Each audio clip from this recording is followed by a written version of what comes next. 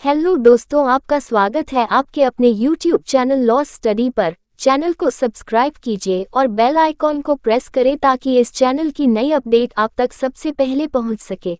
और इस वीडियो को भी लाइक, कमेंट और शेयर करें। तो बिना देरी किए वीडियो को शुरू करते हैं। आज की इस वीडियो में हम बार एवं बेंच व इनके बीच संबंधों के बारे में बात करने जा रहे हैं। बार एवं बेंच से क्या अभिप्राय है? बार एवं बेंच के मध्य संबंधों को किस प्रकार मधुर रखा जा सकता है? What is meant by bar or bench? How the relations between the bar and the bench be kept good? बार एवं बेंच न्याय प्रशासन के दो महत्वपूर्ण अंग हैं। इन दोनों को एक सिक्के के दो पहलू कहा जा सकता है या यूं कहा जा सकता है कि इन दोनों में चोली दामन का साथ है। बेंच यदि न्याय प्रदान करने का कार्य करती है तो बार उसमें सहायक बनती है। यही कारण है कि इन दोनों के बीच मधुर संबंधों की अपेक्षा की जाती है। बार से अभिप्राय बार का सामान्य अर्थ है अधिवक्ताओं का समूह, अर्थात अधिवक्ताओं के समूह को बार कहा जाता है। इसे अभिभावक परिषद के नाम से भी संबोधित किया जाता है। एनसाइक्लोपीडिया ब्रिटेनिका के अनुसार बार के संदर्भ में न्यायालय कक्ष दो भागों में बटा होता है, एक न्यायालय के अधिकारियों एवं अधिवक्ताओं के उपयोग के लिए और दूसरा जन साधारण के लिए। अतः बार से अभिप्राय है अधिवक्ताओं के बैठने का स्थान। बीवीरूप लॉ डिक्शनरी के अनुसार बार से अभिप्राय न्यायालय कक्ष के उस विनिर्दिष्ट स्थल से है जहां वकील बैठते हैं। एनसाइक्लोपीडिया अमेरिकाना के अनुसार बार से अभिप्राय न्यायालय कक्ष के उस स्थान से है जो अधिवक्ताओं, विधि सलाहकारों, जूरी सदस्यों आदि के लिए आरक्षित या सुरक्षित रहता है। इस प्रकार बार से अभिप्राय ऐसे स्थान से है जहां अधिवक्ता बैठकर अपना सामान्य कामकाज निपटाते हैं। बेंच से अभिप्राय बार की तरह बेंच से अभिप्राय उस स्थान से है जहां न्यायाधीश न्याय प्रशासन का कार्य करते हैं। वस्तुतः न्यायाधीशों का सामूहिक नाम ही बेंच है। बेंच उन व्यक्तियों की ओर इंगित करती है जो न्याय प्रदान करने का कार्य करते हैं। इस प्रकार न्यायाधीशों का समूह या वर्ग ही बेंच कहलाती है। इसे न्यायपीठ भी कहा जाता है। अधीनस्थ न्यायालयों में एकल न्यायाधीश बैठता है, जबकि उच्चतम एवं उच्च न्यायालयों में एकल न्यायपीठ, सिंगल बेंच, खंड न्यायपीठ, डिवीजन बेंच, विशेष न्यायपीठ, स्पेशल बेंच, संवैधानिक न्यायपीठ, कॉन्स्टिट्यूशनल बेंच, पूर्ण न्यायपीठ, फुल बेंच आदि न्याय प्रशासन का कार्य करती है। बार बेंच के संबंध। जैसा कि हम ऊपर देख चुके हैं, बार एवं बेंच का चोली दामन का साथ है। दोनों न्याय प्रशासन के अहम अंग हैं। इनमें से किसी के भी अभाव में न्याय की परिकल्पना नहीं की जा सकती। अतः दोनों के बीच मधुर संबंधों का अस्तित्व अपरिहार्य है। इनरी रामेश्वर प्रसाद गोयल के मामले में उच्चतम न्यायालय द्वारा ये कहा गया है कि अधिवक्ता को न्यायालय का अधिकारी माना जाता है। न्याय प्रशासन में उसकी महत्वपूर्ण भूमिका होती है।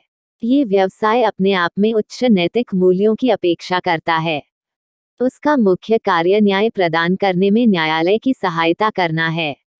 वे न्याय प्रशासन में न्यायाधीशों के समान भागीदार होते हैं।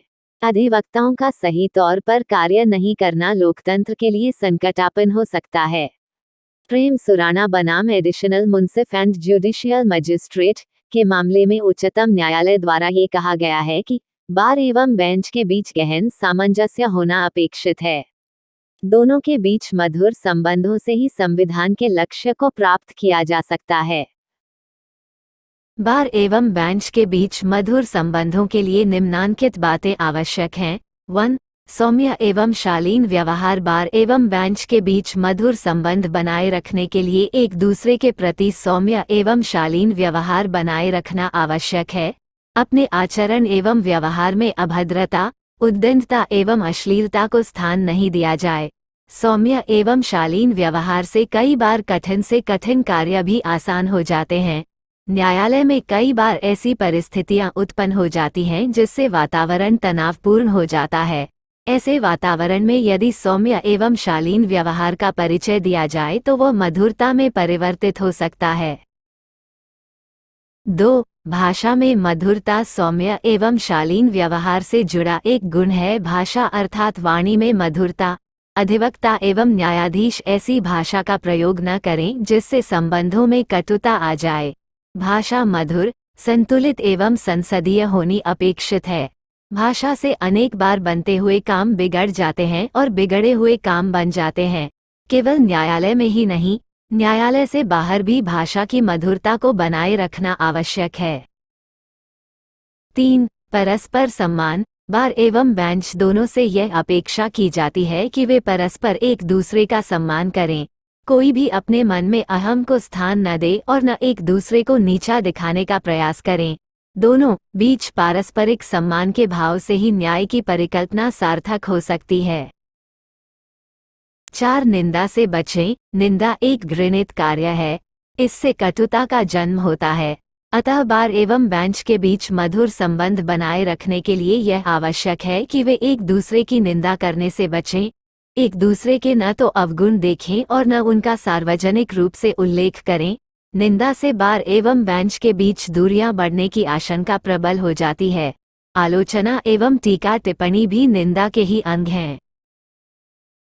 5. आलोचना न करें। अधिवक्ताओं द्वारा न्यायाधीशों की एवं न्यायाधीशों द्वारा अधिवक्ताओं की अनावश्यक आलोचना से संबंधों में विष व्याप्त हो जाता है। अतः अधिवक्ता न्यायाधीशों के न्यायिक कार्यों, आचरण एवं व्यवहार की आलोचना से बचें। यही प्रवृत्ति न्यायाधीशों की भी होनी चाहिए। वे भी अधिवक्ताओं की अनावश्यक आलोचना नहीं करें। यहाँ यह उल्लेखनीय है कि न्यायाधीशों के न्यायिक कार्यों की समालोचना की जा सकती है, आलोचना नहीं। 6. टीका टिप्पणी न करें। सामान्यतः ये देखा जाता है कि अधिवक्ताओं द्वारा न्यायाधीशों के आदेशों, निर्णयों, डिक्रियों आदि पर टीका टिप्पणी की जाती है, जिससे न्यायाधीशों के मन में अधिवक्ताओं के प्रति कटुता का भाव पैदा हो जाता है। ये प्रवृत्ति अच्छी नहीं है। अपने कक्ष में निर्णय या आदेश नहीं होने पर टीका टिप्पणी की बजाय अपील, पुनरीक्षण, पुनरावलोकन आदि का विधिक मार्ग अंगीकृत किया जाना चाहिए।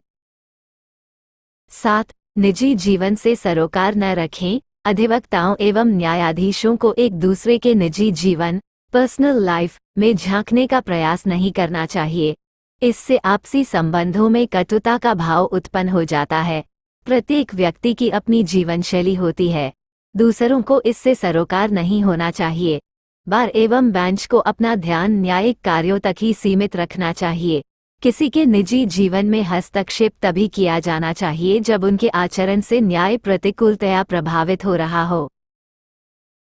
8. क्रोध एवं उत्तेजना से बचें। क्रोध एवं उत्तेजना मधुर संबंधों के बीच दरार डालने वाले कारक हैं। क्रोध एवं उत्तेजना से अनेक बार न्यायालय के माहौल में गर्माहट आ जाती है जो न्याय के लिए अहितकर होती हैं। अतः बार एवं बेंच दोनों को क्रोध एवं उत्तेजना से बचना चाहिए। गंभीर से गंभीर एवं विकट से विकट परिस्थिति में भी बार एवं बेंच को शांति, धैर्य एवं शालीनता का परिचय देना चाहिए। ऐसा कहा जाता है कि क्रोध से विवेक समाप्त हो जाता है और विवेकहीन न्याय अन्याय के तुल्य होता है। 9. भेदभाव न करें। न्यायाधीश अधिवक्ताओं के प्रति समानता का व्यवहार करें। उनके बीच किसी प्रकार का भेदभाव नहीं करें।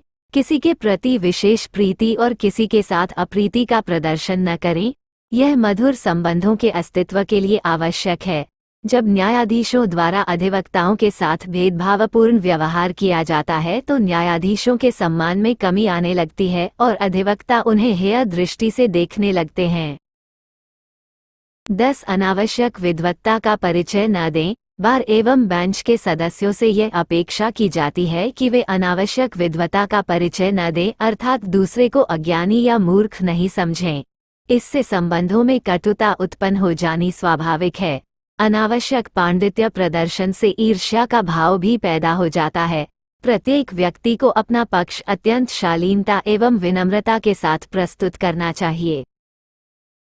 11. न्यायालय को भ्रमित न करें। अधिवक्ता न्यायालय के अधिकारी एवं न्याय प्रशासन में सहभागी माने जाते हैं। अतः बार से अपेक्षा की जाती है कि वह न्यायालय के समक्ष सदैव सही तथ्य रखे। न्यायालय के समक्ष गलत तथ्य रखकर उसे भ्रमित न करें। इससे न्यायाधीशों के मन में अधिवक्ताओं के प्रति अविश्वास पैदा होने लगता है जो न्याय के लिए घातक हो सकता है। 12. सुख दुख में सहभागी बने। बार एवं बेंच के सदस्यों को एक दूसरे के सुख दुख में सहभागी बनना चाहिए। विवाह, मृत्यु, जन्मोत्सव आदि विशेष अवसरों पर एक दूसरे के यहाँ आते जाते रहना चाहिए। इससे संबंधों में प्रगाढ़ता आती है तथा एक दूसरे के प्रति सहानुभूति का भाव उपजता है। 13 अनुचित कार्य न करें। बार एवं बेंच को ऐसा कोई कार्य नहीं करना चाहिए जिससे संबंधों में कड़वाहट पैदा हो। एक दूसरे की गरिमा का ध्यान रखें। बात बात में हड़ताल, बहिष्कार, नारेबाजी आदि का सहारा न लें। इन कार्यों से न केवल संबंधों में कटुता आती है अपितु कभी कभी ये अपराध अथवा कदाचार मिसकॉन्डक्ट का रूप भी धारण कर लेते हैं। हरीश उपल बनाम यूनियन ऑफ इंडिया के मामले में उच्चतम न्यायालय द्वारा ये कहा गया है कि अधिवक्ताओं को हड़ताल पर जाने या न्यायालयों का बहिष्कार करने का अधिकार नहीं है। इन आधारों पर सुनवाई स्थगित नहीं की जा सकती। ऐसे अधिवक्ताओं से खर्चों की पूर्ति कराई जा सकती है। आर करूप्पन बनाम पेट्रन, चेन्नई राइफल्स के मामले में चेन्नई उच्च न्यायालय द्वारा यह भी निर्धारित किया गया है कि बेंच के प्रति अभद्र शब्दों का प्रयोग करना तथा पत्र पत्रिकाओं में अपमानजनक कथन प्रकाशित करना न्यायालय का अवमान ही नहीं अपितु न्यायालय की गरिमा के विरुद्ध भी है। ऐसे कार्यों से बार बेंच के संबंधों में मधुरता भी समाप्त हो जाती है। अतः ऐसे कार्यों से बचा जाना अपेक्षित है। इंद्री विनयचंद्र के मामले में उच्चतम न्यायालय द्वारा ये कहा गया है कि न्यायालय अधिवक्ताओं का सम्मान करता है तथा उनकी बात को ध्यान से सुनता है। अतः अधिवक्ता का भी यह कर्तव्य है कि वह न्यायालय का सम्मान करे, न्यायालय के प्रश्नों का शांति से उत्तर दे, न्यायालय की गरिमा को बनाए रखें। यदि अधिवक्ता ही न्यायालय की गरिमा को आघात पहुंचाए तो ये दुर्भाग्यपूर्ण है। इस प्रकार बार एवं बेंच के बीच मधुर संबंध बनाए रखने के लिए उपरोक्त सभी बातों पर ध्यान दिया जाना आवश्यक है।